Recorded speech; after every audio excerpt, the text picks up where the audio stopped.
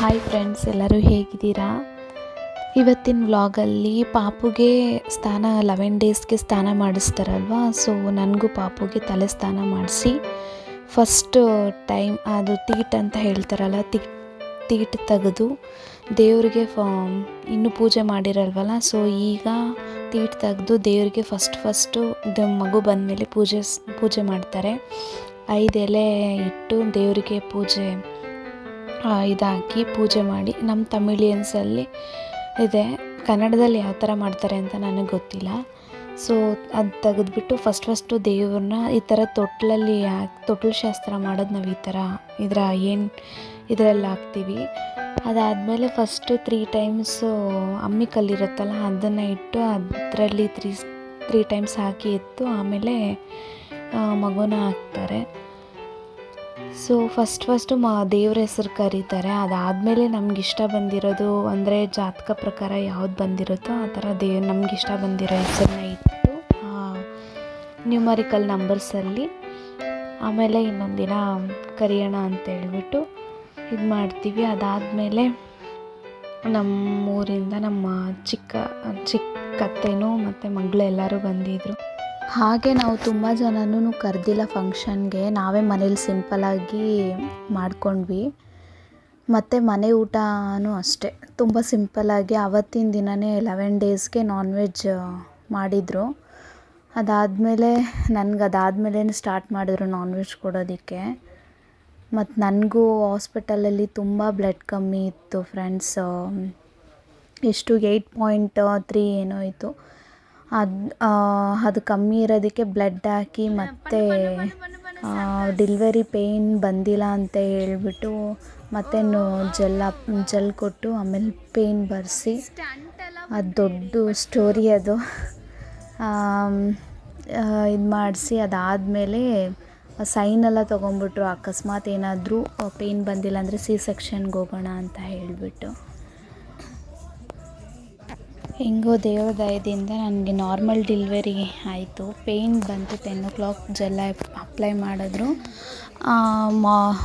Morning 4:39ಗೇನೋ ನನ್ನ ಪಾಪು ಹುಟ್ಟಿದ್ರು. ಸೊ ಅದಾದಮೇಲೆ ಫ್ರೆಂಡ್ಸ್ ಮನೆಗೆ ಬಂದ್ವಿ. ಹತ್ತತ್ರ ನನಗೆ 8 ದಿನವರೆಗೂ ನಾನು ಹಾಸ್ಪಿಟ್ಲಲ್ಲೇ ಅಡ್ಮಿಟ್ ಆದೆ. ಅದಾದಮೇಲೆ ಕಳಿಸ್ಕೊಟ್ರು. ಡಿಸ್ಚಾರ್ಜ್ ಎಲ್ಲ ಸಮ್ಮರಿ ತೊಗೊಂಡು ಹ್ಯಾಪಿಯಾಗಿ ಮನೆಗೆ ಬಂದ್ವಿ ನಮ್ಮ ಪುಟಾಣಿ ಜೊತೆಗೆ. ನನ್ನ ಮಗಳಿಗಂತೂ ಫುಲ್ ಖುಷಿ. ಸಾರಿ ಫ್ರೆಂಡ್ಸ್, ನನಗೆ ಬಾಯ್ ಬೇಬಿ ಆಯಿತು, ಹೇಳಲಿಲ್ಲ ನಿಮಗೆ. ತಮ್ಮ ಬಂದ ಅಂತ ಹೇಳ್ಬಿಟ್ಟು ಫುಲ್ ಖುಷಿಯಾಗಿದ್ಲು ನಮ್ಮ ಪಾಪು. ಆಮೇಲೆ ನಾನು ಸ್ಟಮಕ್ ನೋಡ್ತಾಳೆ, ಪಾಪು ನೋಡ್ತಾಳೆ, ಎಲ್ಲಿ ಮಮ್ಮಿ ಪಾಪು ಬಂತ ಅಂತ ಹೇಳ್ಬಿಟ್ಟು. ಮನೆಗೆ ಬಂದಿದ ತಕ್ಷಣ ಕೇಕ್ ಕಟ್ ಮಾಡೋದು, ವೆಲ್ಕಮ್ದು ಅದೆಲ್ಲ ನಾನು ಇನ್ನೊಂದು ವ್ಲಾಗಲ್ಲಿ ಅಪ್ಲೋಡ್ ಮಾಡಿದ್ದೀನಿ, ಅದನ್ನು ಒಂದು ಸಲ ಚೆಕ್ ಮಾಡಿ. ಆಮೇಲೆ ಅವಳಿಗೆ ಅಂತೂ ಫುಲ್ಲು ಖುಷಿ ಫ್ರೆಂಡ್ಸ್. ತಮ್ಮ ಇದ್ದಾನೆ, ತಮ್ಮನ ಜೊತೆ ಆಟ ಆಡೋದಕ್ಕೆ ಇನ್ನೊಂದು ಪುಟಾಣಿ ಮಗು ಬಂತು ನನ್ನ ಜೊತೆಗೆ ಆಟ ಆಡೋದಕ್ಕೆ. ಅದೇ ಒಂಥರ ಖುಷಿ ಅವಳಿಗೆ, ಇನ್ಮೇಲೆ ಸಿಂಗಲ್ ಅಲ್ಲ ನಾನು ಅಂತ ಹೇಳ್ಬಿಟ್ಟು. ಆಮೇಲೆ ಫುಲ್ಲು ನನ್ನ ಜೊತೆ ಪಾಪು ಜೊತೆ ಬಂದು ಆಟ ಆಡ್ತಿರ್ತಾಳೆ. ಕೆಲವೊಂದು ಸಲ ತೀಟೆ ಕೆಲಸ ಮಾಡ್ತಿರ್ತಾಳೆ, ಬಟ್ ಇದ್ರೂ ತಮ್ಮನ ಮೇಲೆ ತುಂಬ ಪ್ರೀತಿ ಅವಳಿಗೆ.